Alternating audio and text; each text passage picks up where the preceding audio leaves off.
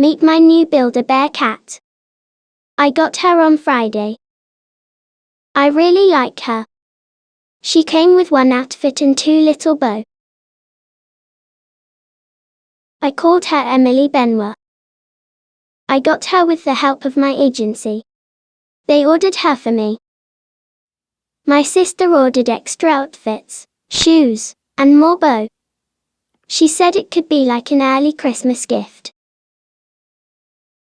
Okay, now I'll tell you about her. Of course, this story is all coming from my imagination. When she was 1 year old, she wasn't reaching her milestones. She was diagnosed with global developmental delays. She was put in an intensive early intervention program, but she wouldn't progress. Seizures became more and more frequent, and she was diagnosed with epilepsy. She also had severe sensory issues, and wouldn't make sounds like babies usually do. Even at 2 years old, she still had not said a single word. She wasn't walking yet, and couldn't, or had difficulty holding toys in her hands. Feeding has always been an issue, she just refuses to eat. So, she got a surgery to put in a feeding tube. Elsewise, she would be in danger due to lack of nutrients. She's in speech and feeding therapy, and we're working on getting her to try new foods, without forcing her.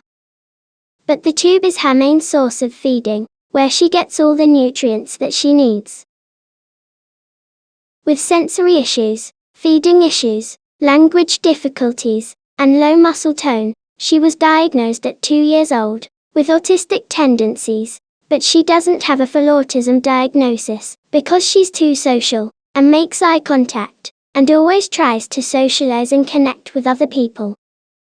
But global developmental delays, and autism tendencies, didn't seem right to me. And seizures kept increasing, and then we noticed that she couldn't see and hear too well. We got her glasses and hearing aids, but with her sensory sensitivity, she refuses to wear them. She also refuses to get dressed, due to sensory sensitivity. Clothes makes her uncomfortable, and in pain, but this is a whole other problem, that me and her therapist are working hard on. So, I thought there's got to be more to it, than just global developmental delays and autistic tendencies. I kept on searching, and I wanted to get her evaluated, to see what's going on. But, waiting list for assessments are so long. At 3 years old, she still had not said a single word, still not walking, and incapable of standing up, or sitting up, by herself. She needs to be held or leaned on something when she sits, or she will fall. Her vision and hearing was regressing due to seizures, and seizures always increasing. Then, at 4 years old, she became resistant to the seizure medication that she had been taking for the previous years. So, her seizures were no longer stabilized, which caused many issues, and lots of emergencies to the hospital. After seizures, she's exhausted of course, and will sleep all day. With all this going on, and trying to get her evaluated, she didn't start school at 4 years old. She wasn't ready. And I wasn't ready because we wouldn't have known in which program to put her in, without true knowledge on what's truly going on.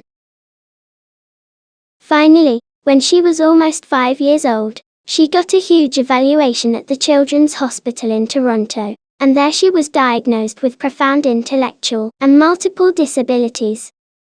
So, this makes a lot more sense. All the seizures, the lack of speech, mobility issues, hearing and vision issues, it all makes sense now. I thought, okay, now we're getting somewhere. With proper diagnosis, we'll be able to help her better, and know which therapies and schools could tend to her needs. We found a school.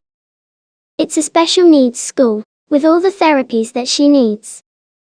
They also have nurses, because many of their students have challenging medical complications. For her it's the seizures. She started school at 5 years old. So just 1 year later, which is fine. But, She was often absent due to seizures. She is 8 years old now, and she loves going to school. She's still in the school that we put her in at 5 years old. She has progressed so much at this school. They do physiotherapy, occupational therapy, speech and feeding therapy, art, music and theatre therapy. They have programs with horses and other animals. They also have a room with a pool at the school, which is often used for physiotherapy, and she loves it. Swimming is probably her favorite thing. The water stimulates her so much. It's where she learns the best. They also have sensory rooms in the school. At 7 years old, she started to be able to sit by herself, and very recently at 8 years old, she started to stand and walk. But she can't stand and walk by herself. They put her in a big walker. She's doing very well with this. Her academics are not too high, of course, but she's learning the alphabet right now, and she's also learning about the weather. Overall, she's doing so well, except when she gets seizures. Her doctor is trying to find the right medication to stabilize her seizures, but she doesn't really respond to any of it. It seems like she's just resistant to the seizure medication. Her doctor thinks that she may have a developmental and epileptic encephalopathy. These are severe epileptic conditions, often resistant to medication, that causes severe developmental delays or regressions. So now, we're wondering if her profound intellectual and multiple disabilities were actually caused by a developmental and epileptic encephalopathy. She's getting more evaluations and genetic testing done, so we'll see.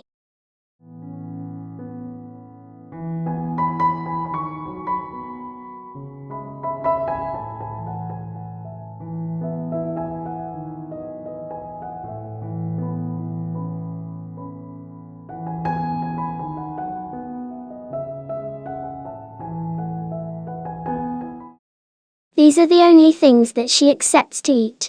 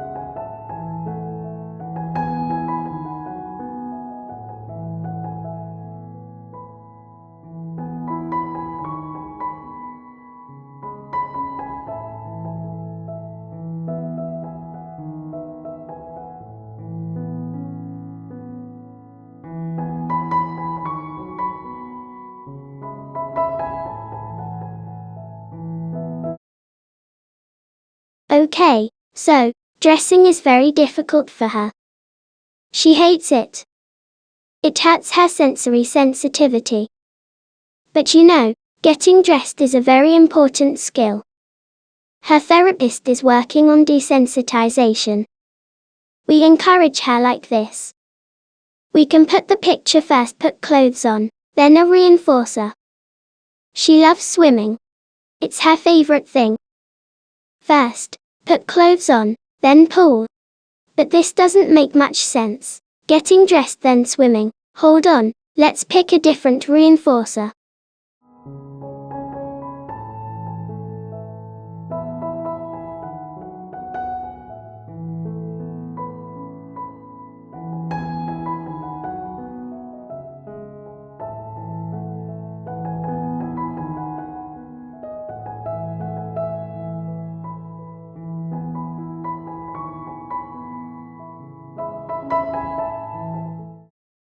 If she works well at school, she gets 5 stars, then a reinforcer, like the ball pit,